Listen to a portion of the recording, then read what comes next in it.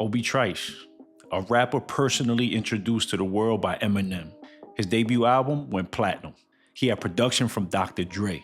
Everything about his career suggested that he was about to become the next major star from Shady Records. So how does an artist with that kind of momentum suddenly fall out of the spotlight? Because the moment that changed Obie Trice's career was something that happened in Detroit that almost ended it. I am Broadway, the lyricist, homie, just let me do my thing. I'm on top, on my grind, I'ma always get it. Welcome back to the channel, and thank you so much for clicking on this video. I go by the name Broadway, the Lyricist. I'm a hip-hop enthusiast and cultural storyteller, and if you're a fan of hip-hop commentary, history, or anything related to the culture, be sure to hit that like button, and if you're new here, consider subscribing to the channel and click that bell icon so you never miss an upload. Today we're revisiting the career of a rapper whose introduction into hip-hop history is impossible to forget. Obie Trice, real name, no gimmicks. For a brief moment in the early 2000s, that name was everywhere. But the real story of Obie Trice isn't just about his rise. It's about the moment when everything should have continued upward, but didn't. Before platinum albums, before Shady Records, Obie Trice was building his reputation in Detroit. And Detroit has always been one of the most competitive hip-hop environments in the country. It's the kind of place that produced artists like Royce da 5'9" and Eminem. In a city like that, talent alone isn't enough. You need consistency, you need presence, and over time, Obie Trice developed both. His delivery was direct. His writing was grounded in realism, and that authenticity eventually caught the attention of Eminem.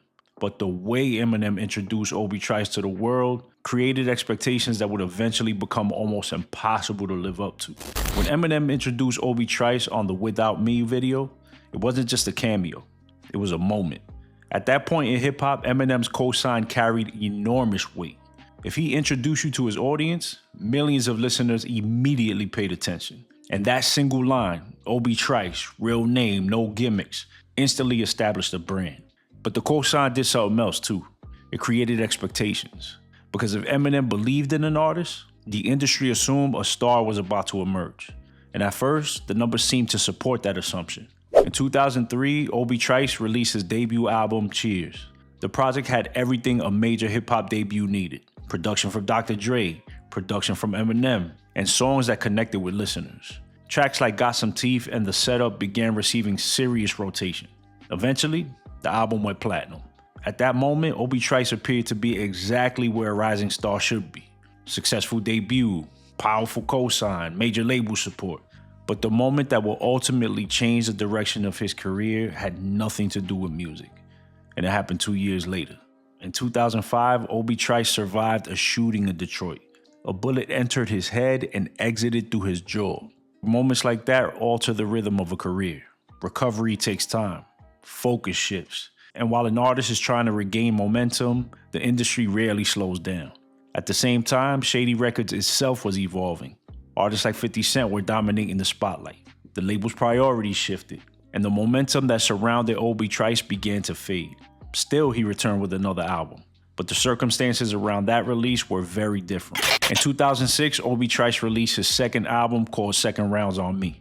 The album had strong material, but the industry was already moving in a new direction. Hip-hop was evolving, new artists were emerging, and momentum in music can disappear faster than it arrives. Eventually, Obie Trice and Shady Records went their separate ways. And this is often the moment when artists fade from the public conversation entirely. But something interesting happened in Obie Trice's case. Leaving the spotlight didn't mean his career ended, it meant that his career evolved. Today, Obie Trice continues releasing music independently. He runs his own label, he tours internationally, and he still maintains respect with the hip-hop community. But here's the question that remains. If Obie Trice never stopped making music, why does it feel like his name disappeared from the conversation? The answer may have less to do with the artist himself and more to do with how quickly the industry moves on. In hip-hop, the spotlight rarely stays in one place for long. New artists arrive, new sounds emerge, and even artists with platinum albums can gradually move into the background. But if you look closely at the early 2000s era of Shady Records, there's a name that still appears in that story. A rapper personally introduced to the world by Eminem, a debut album that went platinum, and a career that quietly continued long after the headlines faded. Which raises an interesting thought. Sometimes the artists that people think disappeared were simply continuing their careers somewhere the spotlight wasn't looking. But now, I want to hear from you. Do you remember Obie Trice? And if so, who should we look at next? Drop a comment and let me know which artist you think deserves a Where Are They Now episode. If you enjoyed this breakdown, be sure to hit that like button. Consider subscribing to the channel and click that bell icon so you guys never miss an upload. And if you enjoy hip-hop history, artist deep dives like rappers we don't talk about enough or Where Are They Now type videos, then click on these playlists here. Thank you guys so much for watching. I truly appreciate y'all. Peace.